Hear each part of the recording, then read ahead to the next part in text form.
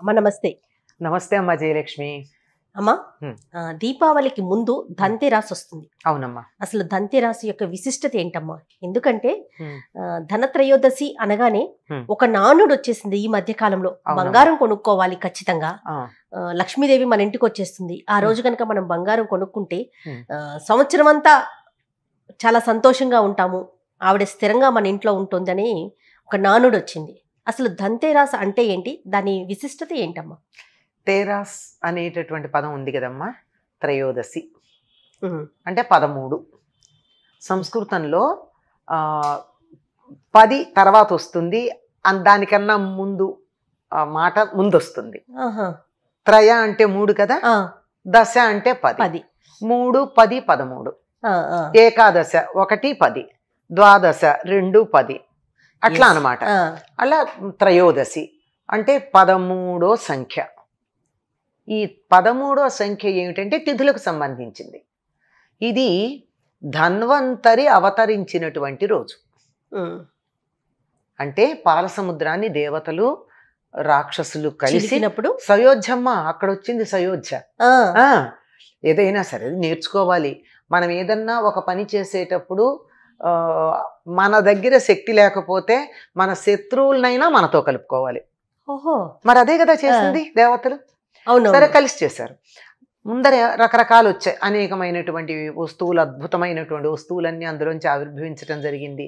ఎవరికి నచ్చిన వాళ్ళు తీసేసుకున్నారు. త్రయోదశి నాడు ధన్వంతరి ఆవిర్భవించాడు. ధన్వంతరి అంటే దేవతల యొక్క వైద్యుడు. ఆయనతో పాటు ఆయుర్వేదం అని చెప్పబడేటటువంటి జ్ఞానం కూడా ఆవిర్భవించింది. ఆయుర్వేదం పేరులోనే ఉంది, ఆయువుకి సంబంధించిన వేదము. అంటే ఆయువు పెరిగి ఉన్న ఆయువు ఇబ్బందులు లేకుండా చక్కగా ఉండేటట్టుగా చేసేది, ఆరోగ్యానికి సంబంధించింది. మరి ఆ రోజున మనం ఏమని పిలవాలమ్మా? ధన్వంతరి త్రయోదశిని కానీ ఆయుర్వేద త్రయోదశిని కానీ చెయ్యాలి. కానీ దానికి ధనత్రయోదశి అనే పేరు వచ్చింది. ఇప్పటికి కూడానమ్మా ఈ ధనత్రయోదశిని డాక్టర్స్ డేగా ఆయుర్వేద వైద్యులు పాటిస్తారు. మన దేశంలో కూడా పాటిస్తారు. వైద్య వృత్తిలో ఉన్న వాళ్ళందరినీ సన్మానించుకునేటటువంటి రోజుగా ధనత్రయోదశిని పాటిస్తూ ఉంటాం. మరి దానికి ధన్వంతరి త్రయోదశి అనకుండా ధనత్రయోదశి అన్నారేంటి? మీరు అడిగిన ప్రశ్న అదే కదమ్మా. అసలు ధనం అంటే ఏమిటి? ఏదైతే మనకి ఇప్పటికిప్పుడు ఉన్నది ఉన్నట్టుగా ఉపయోగపడుతుందో అది ధనం అమ్మ. నాకు కొన్ని కోట్లుంది నేనే అనుకుంటే, ఎందుకంటే ఉండాలని ఉంటుంది కదా నాకు, ఇంకోళ్ళ పేరు ఎందుకు చెప్పాలి.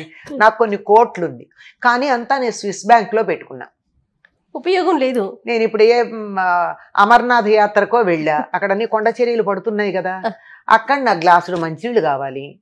స్విస్ బ్యాంక్లో ఉన్న కోట్లు నాకు ఉపయోగపడతాయా? ఎంత చక్కని ఉదాహరణ అమ్మా. ఉపయోగపడవు కదా.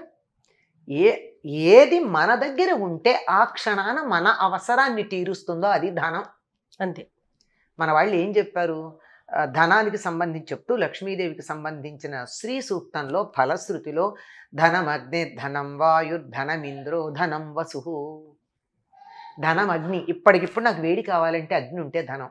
పైగా అంతేకాకుండా ధనం కావాలంటే ఆరాధించాల్సింది అగ్నిదేవుణ్ణి. అగ్ని ఆరాధిస్తేనే ధనం వస్తుంది, అగ్నారాధనలో ఉంది కనుక ధనం అగ్ని ధనం వాయువు ధనం. అది లేకపోతే మనం ఇంతకుముందు మనకి తెలియలా, ఏదో ఫ్యాన్ వేసుకుంటేనే గాలి అనుకున్నాం. మొన్న మరి గాలి కూడా కొనుక్కున్నాం కదా. ఖచ్చితంగా కొనుక్కుంటేనే మనము బ్రతికి ఉండగలుగుతున్నాం. బతికాంగా మొన్న కొన్నాం కదా, ఆక్సిజన్ సిలిండర్లు కొనుక్కోలా. ధనం అగ్ని ధనం వాయు ఇలా చెప్పుకుంటూ ధనం వసు ధనమింద్రో ఇవన్నీ చెప్పు. ఇది ఏది ఉంటే మనం బతికి ఉంటామో అవన్నీ నిజమైన ధనాలు. అటువంటి ధనాలను మనకి ఇచ్చేటటువంటి వాడు ధన్వంతరి అని. అది అన్నిటికన్నా గొప్ప ధనం ఏమిటి? నా దగ్గర ఇందాక చెప్పినట్టు కోట్లు స్విస్ బ్యాంక్లో ఉన్నాయి, కావాలంటే నా చుట్టుపక్కల నీళ్లు ఉన్నాయి, పక్కన ఇంకా ఆక్సిజన్ కూడా కావాల్సినంత ఉంది. ఎందుకంటే ఆక్సిజన్ సిలిండర్స్ ఇంటి చుట్టూతా పెంచుకున్నాను, పెద్ద పెద్ద వృక్షాలని కదా. అవును. ఫ్రిడ్జ్ నిండా అన్ని రకాల పదార్థాలు ఉన్నాయి, ఇల్లంతా ఉన్నాయి, అన్నీ ఉన్నాయి. కానీ ఇందులో ఏదో ఒకటి ఉంటే కదా ఇవన్నీ అనుభవిస్తాను నేను. ఏమిటది? ప్రాణం. అది ఉంటేనే ఇవన్నీ అనుభవిస్తా. అటువంటి ప్రాణాన్ని చక్కగా ఉండేట్టు అనుభవించటానికి తగినట్టుగా ఉంచేట్టు చేసేటటువంటిది ఆయుర్వేదం. నాకు బోలెడు స్వీట్లు ఉన్నాయి ఫ్రిడ్జ్ నిండా, కానీ నా ఒళ్ళు చక్కెర ఫ్యాక్టరీ, ఏం లాభం? ఉపయోగం లేదు కదా. ఉపయోగం లేదు కదా. కనుక నాకు నేను చక్కెర ఫ్యాక్టరీ కాకుండా చూడాల్సింది ఆ స్వీట్లు తినేట్టు చేయాల్సినటువంటి వాడు. అదే కాకుండా నాకున్న సమస్తమైనటువంటి సంపదలు, డబ్బు ఉంది, నగలు ఉన్నాయి, చీరలు ఉన్నాయి, కట్టుకోవాలంటే నాకు పక్క మించి లేవాలి కదా నేను. అవును. అందులోనే పడుంటే ఏం కట్టుకోగలను? ఒళ్ళంతా గొట్టాలు పెట్టుంటే అంతే కదా. ఇక్కడే అవునమ్మా, అవునవును. కనుక ఇవేమీ లేకుండా ఉన్నటువంటి సంపదలను అనుభవించేట్టుగా చేయడానికి కావలసినటువంటిది ఆయువు. ఆ ఆయువు ఉంటే సరిపోదు, కోమాలో కూడా ఉన్నారు, ఏం లాభం? అది కాదు, ఆరోగ్యవంతంగా ఆయురారోగ్యాలని కలిపి చదువుతారు మన వాళ్ళు ఎప్పుడు ఆశీర్వదించేటప్పుడు. అట్లా ఉండేట్టుగా చేసేటటువంటి వేదానికి ఆయుర్వేదం అని, అది కలిగినటువంటి వాడు ధన్వంతరి అని మనకి చెప్పారు. అటువంటి ధన్వంతరి పుట్టినరోజు ఇప్పుడు అర్థమైందా? ఈయన ధనత్రయోదశిని ఎందుకన్నారు? అసలైన ధనమే ఉంది, ప్రాణధనం. అన్నిటికన్నా గొప్ప ధనం ప్రాణధనం. ఆ ధనాన్ని అనుభవించడానికి కావలసిన సమస్తమైన ధనాలు ఇవన్నీ ఇవ్వగలిగినటువంటి వాడు గనక ఆయనని ధన్వంతరి అంటే, అందులో ధన్ అన్నదొకటి తీసుకుని ధనత్రయోదశి అని చెప్పి మనకి చెప్పడం జరిగింది. ఇది ఆయువుకి ఆరోగ్యానికి సంబంధించింది అనడానికి ఒక నిదర్శనం ఉంది.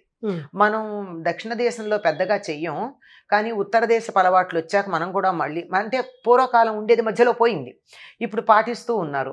ధనత్రయోదశి నాడు సాయంకాలం అసుర సంధ్య వేళ యమదీపాలు అని చెప్పి గుమ్మానికి అటుపక్క ఇటుపక్క 2 దీపాలు పెడతారమ్మ. ఇప్పటికీ ఉంది ఆ పద్ధతి. మహారాష్ట్ర వాళ్ళు పెడతారు, దాని నుంచి మనం నేర్చుకున్నాం. మనం మర్చిపోయాం, పూర్వం ఉండేదేమో, మనం చాలా అనేకం కాలగర్భంలో కలిసిపోయిన అలవాట్లు ఉన్నాయి కదా. ఇది మనకి భగినీ హస్త భోజనం లాంటివి దక్షిణ దేశంలో మనం మర్చిపోయాం. అవును, ఇప్పుడు మళ్ళీ ఉత్తర దేశం నుంచి నేర్చుకున్నాం. అట్లాంటి వాటిల్లో యమదీపాలు అని చెప్పి, వాటి పేరే యమదీపాలు. గుమ్మానికి అటు ఇటు, సింహద్వారానికి అటు ఇటు పెడతారు. పెట్టి ఒక గవ్వ కూడా పెడతారు ఏమిటో గుమ్మానికి. పెట్టి కాస్త బియ్యం వాడి దగ్గర వేస్తారు, వేసి బెల్లం ముక్క నైవేద్యం పెడతారు, ఇంకేం పెట్టరు.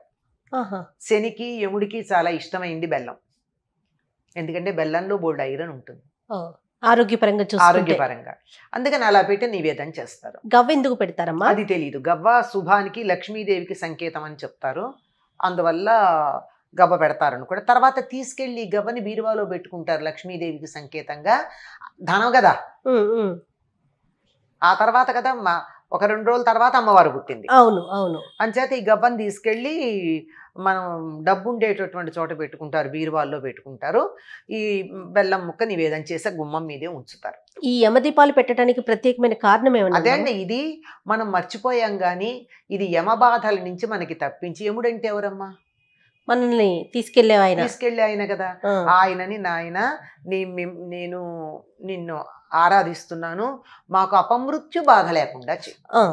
మృత్యు అన్నది తప్పదు, అసలు సహజం అది. మృత్యువు లేకుండా కోరుకున్నామంటే ప్రకృతికి విరుద్ధమైన కోరిక కోరుకున్నట్టు. కోరుకోకూడదు కదా. ప్రకృతి సహజంగా ఉండాలి కానీ విరుద్ధంగా కోరుకోకూడదుగా. అంచేత అలా కోరుకున్నాము అంటే అది రాక్షస ప్రవృత్తి అవుతుంది.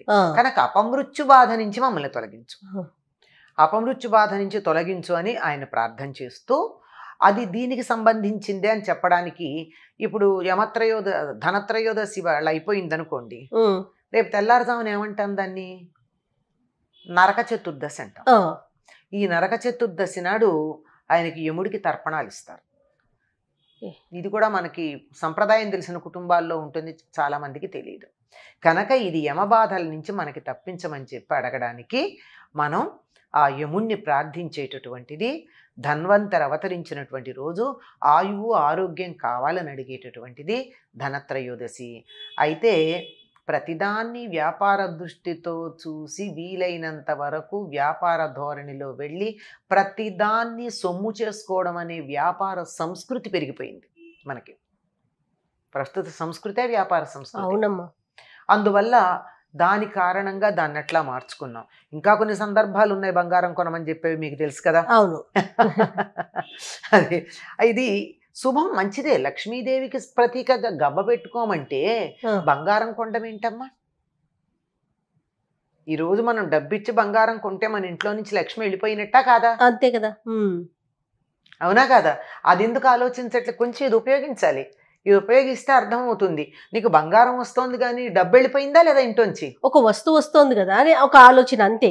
వస్తోంది కానీ నువ్వు వస్తువుని లక్ష్మిగా భావిస్తున్నావా, డబ్బుని భావిస్తున్నావా? లక్ష్మిని పంపిస్తున్నాం కదా. అవునా కదా? అవునమ్మా. అది కొంచెం ఆలోచించాలమ్మా. ఇవన్నీను ఆలోచించకుండా ఇట్లా ఉంది. దీనికి నేను ఇంకొక పెద్ద ఉదాహరణ చెప్తాను. మదర్స్ డే అన్నది ఒకటి చేస్తూ ఉంటారు కదా పాశ్చాత్యులు. చివరికి ఆవిడ జానెట్ అనుకుంటా స్టార్ట్ చేసింది.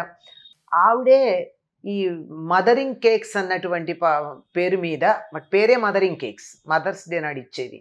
దానిని చాలా కమర్షియల్ చేసి అసలు చాలా బాధాకరంగా అయిపోతే పరిస్థితి. నేను చాలా బాధపడుతున్నాను దీన్ని ప్రారంభించినందుకు. ఇది ఇంత వ్యాపారం అయిపోతుందని అనుకోలేదు. తల్లి పేరు మీద ఇంత వ్యాపారం చేస్తున్నారు, దీన్ని మానేయాలని ఒక డిక్లరేషన్ కూడా ఇచ్చింది ఆవిడ. అట్లాంటి పరిస్థితి.